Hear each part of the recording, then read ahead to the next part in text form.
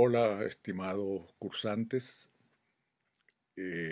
Hoy desarrollaremos la primera parte del módulo 4, el último de los módulos. En esta parte, en esta primera parte hablaremos de la democracia. Dedicaremos a revisar su conceptualización, revisaremos las realidades de este sustantivo que es democracia. Es decir, veremos lo que efectivamente ha sucedido con la conceptualización. Y en la segunda parte, una exposición que haremos dentro de una semana, revisaremos la utopía. Ok, entonces hablemos de la conceptualización. En teoría, la democracia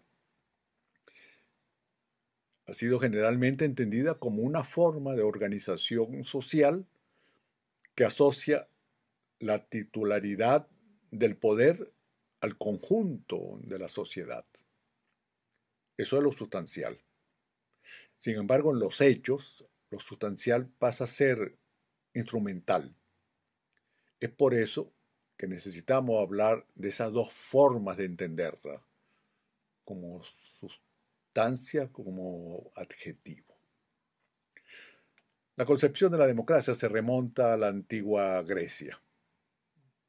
Platón primero y luego Aristóteles construyeron una manera de clasificar las diversas formas de gobierno.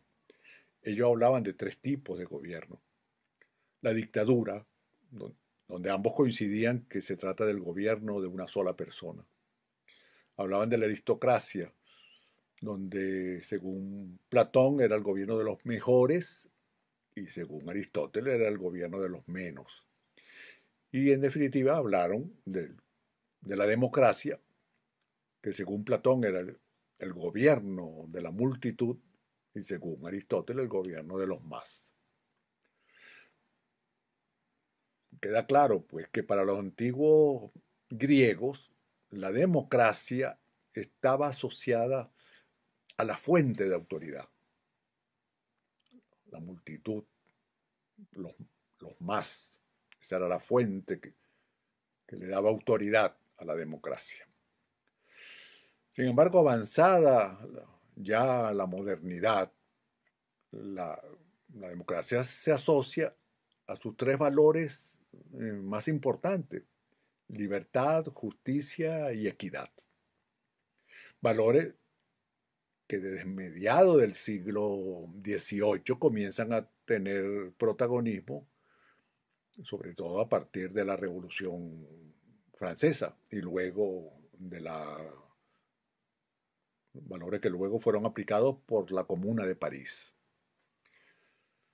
Pues bien, con estos tres valores, la democracia pasa a ser definida por sus fines y propósitos. Los griegos la definieron por la fuente de autoridad y la modernidad, las revoluciones francesas, la comuna, convierten la esencia de la democracia en cuáles son sus fines y propósitos. Sin embargo, el cumplimiento es evidente que el cumplimiento de sus fines y propósitos iba siempre a depender de cuál sea su fuente de autoridad. Pues al romperse este vínculo entre la fuente de autoridad y los fines y propósitos, cuando se rompe ese vínculo, el sustantivo democracia se convierte en adjetivo. Con eso lo que pretendo es señalar que estando la sociedad, como decía Marx, organizada por las relaciones de producción, es decir, por la estructura económica, y dado que a partir de ella se erige la superestructura jurídica, ese templo que yo dibujé en el gráfico que les envié en el módulo anterior. Bueno, al ser esto así, una superestructura económica que es la base del templo que se construye encima como superestructura jurídica, es evidente que la democracia pasa a ser un instrumento manejado por la clase dominante que controla esa base económica. Es decir, la democracia se convierte así en adjetivo. Ese es el asunto central. Pasemos a describir los diferentes adjetivos que se le colocaron al concepto de democracia, según fuera la época y las fuerzas dominantes en las diversas sociedades donde ellas se dieron.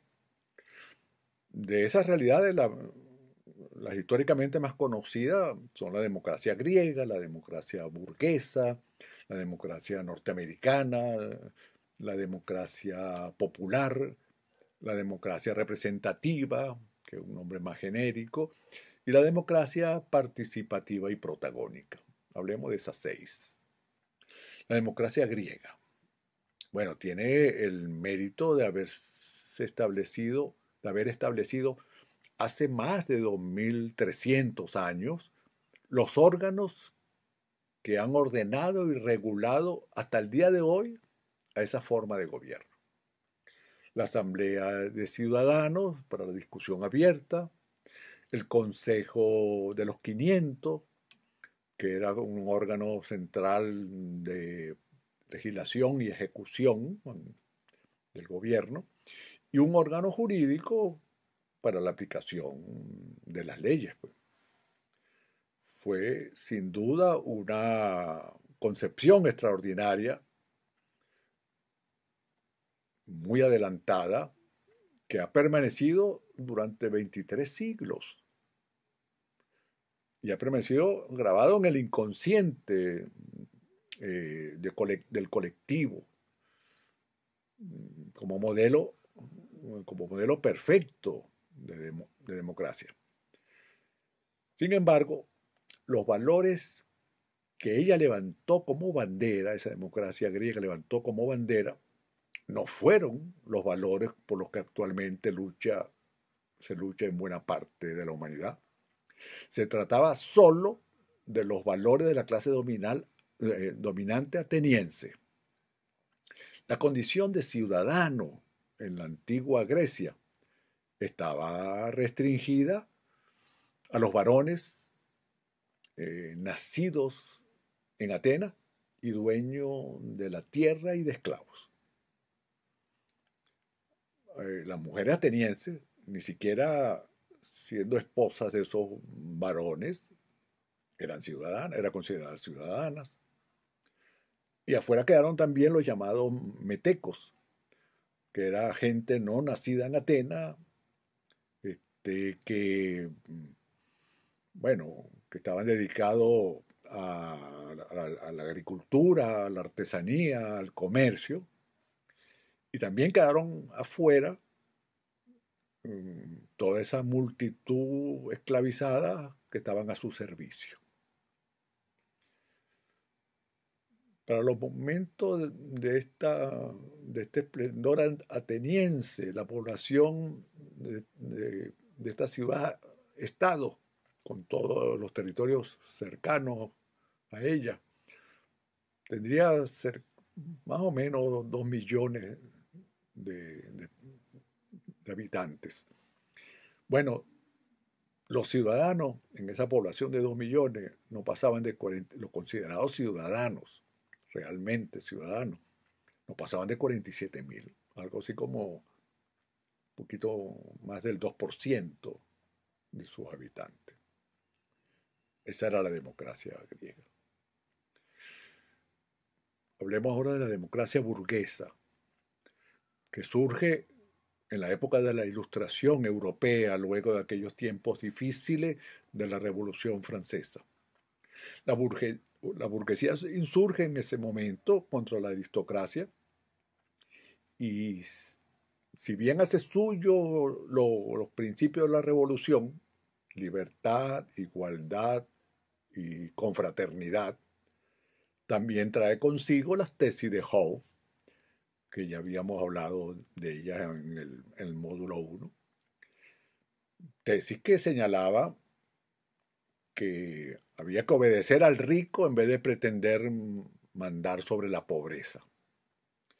Por eso, esa nueva clase social que toma que toma el poder, toma también como ejemplo de constitución la que se elabora en esos mismos años en Estados Unidos, y toma como un derecho fundamental la propiedad privada, incorpora ese derecho de la propiedad privada como un derecho fundamental de la gente. Al consolidarse la democracia, regida por esta nueva clase social que toma el poder, los propietarios de los medios de producción empiezan a establecer cuáles son los límites de esos principios generales de la democracia, es decir, cuáles son los límites a la igualdad, la libertad y la confraternidad. Pasemos a la democracia norteamericana. Ella, desde sus orígenes en 1776, ha marcado el camino de las democracias, inclusive más allá del mundo occidental. Su constitución fue la primera que se elaboró en el mundo para ordenar los procesos políticos, económicos y sociales. Pero tratemos de ver más allá del efectismo con que ha sido vendida, para entender lo que está detrás, lo que está realmente detrás de ese preámbulo con que comienza la Constitución norteamericana, que dice: nosotros, el pueblo de los Estados Unidos de América. Y ver detrás significa leer a James Madison, que es uno de sus redactores, que fue reconocido como padre fundador de esa nación y también como seguidor de las tesis de Hobbes, que escribió por esa época, en los que llamaban papeles constitucionales, lo siguiente: la mayor preocupación de la sociedad tiene que ser proteger a la minoría rica en contra de la mayoría. Y continuaba: suponiendo que toda la sociedad tuviera derecho a votar libremente, decía él, entonces la mayoría de los pobres se juntarían y se organizarían para arrebatar la propiedad a la gente rica. Esa fue el acta de nacimiento de la democracia norteamericana. De ahí surge la elección indirecta por parte de los ciudadanos para, para que quede en manos de los colegios electorales que están conformados por los dos partidos gobernantes, para que quede en manos de estos colegios, la decisión de quién será el presidente. Y lo acabamos de ver, toda la discusión que se armó en la elección reciente de Biden contra Trump. Cómo se manejaba la cosa desde los colegios electorales, que son delegados de los partidos, del Partido Socialdemócrata y del Partido Republicano. Bueno, esto parece como parece como parte inseparable de la Constitución. También está relacionado, por ejemplo, con la enmienda 14 de esa Constitución, que dice que ningún derecho de las personas puede ser infringido sin el debido proceso legal. Que es una cosa, un buen propósito, una buena idea para proteger a la gente inocente. Pero ese derecho que plantea la enmienda 14 pasó inmediatamente a ser utilizado para proteger a las corporaciones. Para proteger a las corporaciones de la gente. Cosa peores hemos visto en estos 244 años de existencia de esa nación. No tenemos que sorprendernos por nada de esas cosas, las hemos visto con creces. Como hemos leído cosas como la de un intelectual del siglo XX, un intelectual norteamericano que Walter Lippmann se llama, Lippmann, que ha sido condecorado, fue condecorado varias veces por los méritos, los servicios prestados a la nación, y que escribió en un ensayo sobre la democracia, escribió cosas como esta: el público debe ser puesto en su lugar para que los hombres responsables puedan tomar decisiones sin interferencia de la chusma confundida. Es decir, la democracia norteamericana, que es en realidad una plutocracia, es decir, un gobierno de los ricos, por los ricos y para los ricos. Y se ha convertido así en el modelo de democracia para todo régimen capitalista.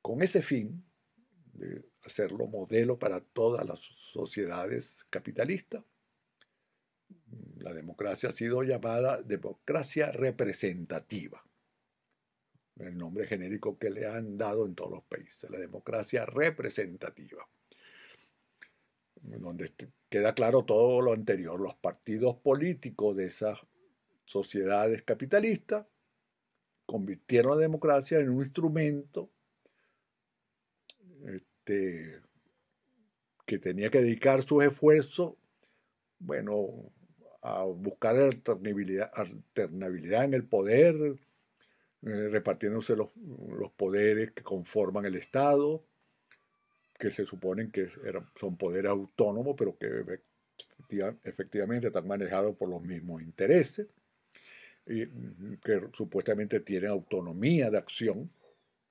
En todo caso, el objetivo es claro: mantener la tutela de la población mientras los dueños de los medios de producción controlan la economía. La participación ciudadana en este tipo de democracia solo se expresa votando, y votando cada 4 o 5 años, y votando por los candidatos que esos partidos eh, del entente económico y político, los candidatos que ellos establecen. Tales formas democráticas son, no son más que el antifaz con que se oculta el tutelaje necesario. Es una de las formas más dañinas de convertir en baladí lo sustancial de la democracia. Y veamos el caso que surge contra esto, que es las democracias populares, que es la manera genérica como los socialistas han llamado a sus formas de gobierno. Surge contra ese modelo anterior, y aquí el discurso legitimador es que las clases populares han liquidado el poder de la burguesía y han liquidado sus privilegios, que los medios de producción han pasado a manos colectivas y que se ha establecido, se han constituido las asambleas populares.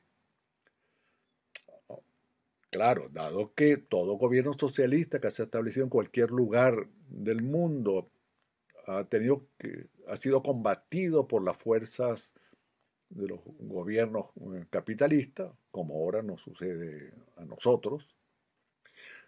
Bueno, para defenderse de esta agresión, han tenido que establecer condiciones de guerra. Entonces, el socialismo ha tenido que adaptarse a la guerra y a la defensa. Con esa justificación se colocó en manos del Estado y no de los ciudadanos el control de los medios de producción. El Estado los maneja por razones de seguridad.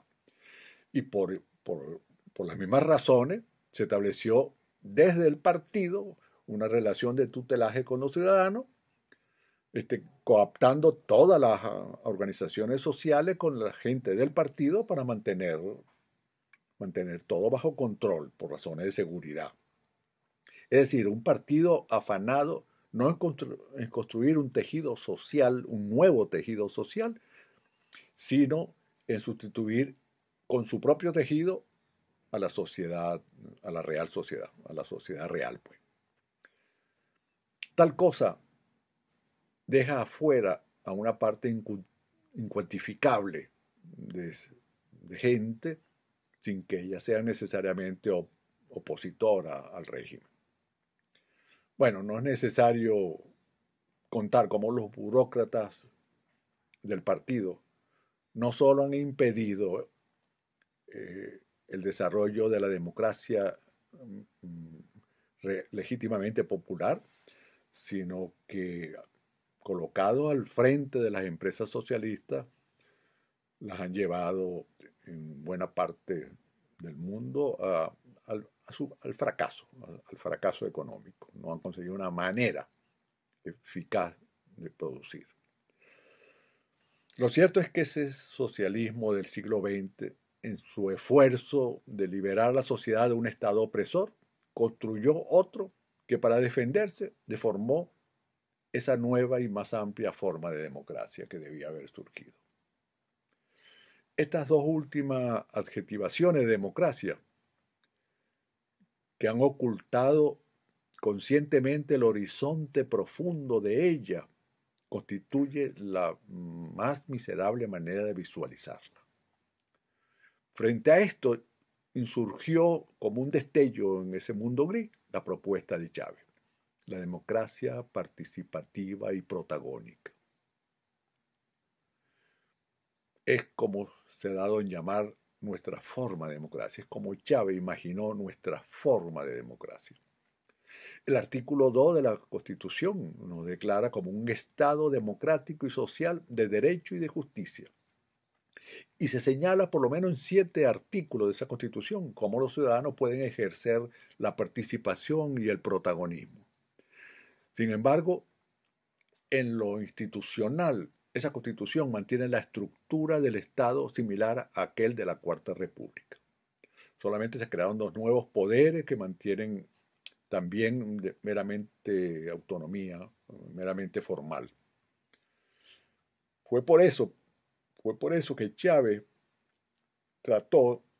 intentó en el 2007, sin éxito, intentó modificar esta constitución, pero bueno, no pudo. Y de todas maneras, en el pueblo venezolano pasó a tener una conciencia importante. El papel de las políticas populares se convirtió en un papel central en, en las posibilidades ciudadanas y en las luchas que iniciaron. Aquello de la propuesta del poder popular caló en los ciudadanos, a pesar de que en definitiva no fue aprobado. Bueno, pero también es indudable que se mantienen, y ahora con mayor intensidad dado el bloqueo, el tutelaje político que ejerce el partido sobre la gente. Y además se ha intensificado con mayor énfasis el apoyo a la producción capitalista, aceptándola como apropiada y como una comprobada manera de producir. Es decir, no hay ningún avance real, sino una nueva manera de producir que permita que la sociedad tome control de la base económica y por lo tanto haga sustantiva la democracia.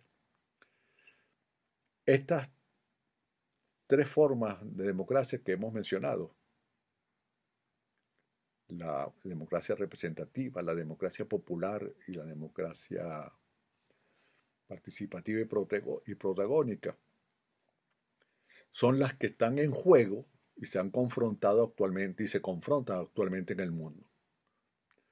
En la democracia representativa, los grandes propietarios de los medios de producción controlan a través de los partidos políticos gobernantes las diversas naciones que están bajo tal sistema, validando aquello que Marx señalaba y que lo mencionamos en el módulo anterior. El conjunto de las relaciones de producción forma la estructura económica de la sociedad, la base real sobre la que se levanta la superestructura jurídica y política y a la que corresponden determinadas formas de conciencia social. Eso es en la llamada democracia representativa. En las llamadas democracias populares, de aquel socialismo real del siglo XX, enfrentado con bloqueo y guerras con las potencias capitalistas, se recurrió al llamado centralismo democrático, un eufemismo que explica otro, el de la democracia popular. En la antigua Unión Soviética y en sus socios de la Europa Oriental, no, no solo los planes emanaban del Estado, sino que todos los medios de producción estaban en sus manos, como en el caso de Cuba actualmente y de Corea del Norte. Un poco diferente a esto es el caso chino y al parecer el caso vietnamita, que, que han venido avanzando en otras formas de producción simultánea con la producción estatal, dándole cabida a la producción privada y a una producción nueva, la mixta, el Estado y el sector privado, y manteniendo una producción tradicional que es la producción comunal, la producción bajo la asociación de comunas, que ha estado vigente desde los primeros años de la revolución. En el caso venezolano, durante sus primeros 20 años se desarrolló, a pesar del intento de Chávez con las comunas, esta visión estatal de la economía centralizada, aunque se mantuvo la privada, pues,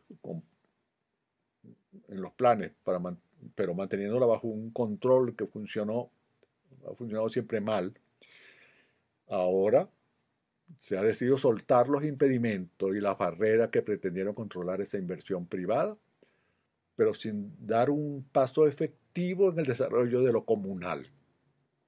Bueno, estoy convencido que tras ese vacío en los estados que se proclamaron socialistas, subyace, asombrosamente, subyacen ese legado de ideologías conservadoras y patriarcales que desprecian las capacidades del pueblo llano. Pues bien, volvamos entonces, para terminar, a la pregunta clave. ¿Cuál debería ser la forma de producción del socialismo que le dé un verdadero sustento a la democracia, que le dé a la democracia verdadera sustancia, que le dé sustantividad a esa democracia, a la democracia verdadera?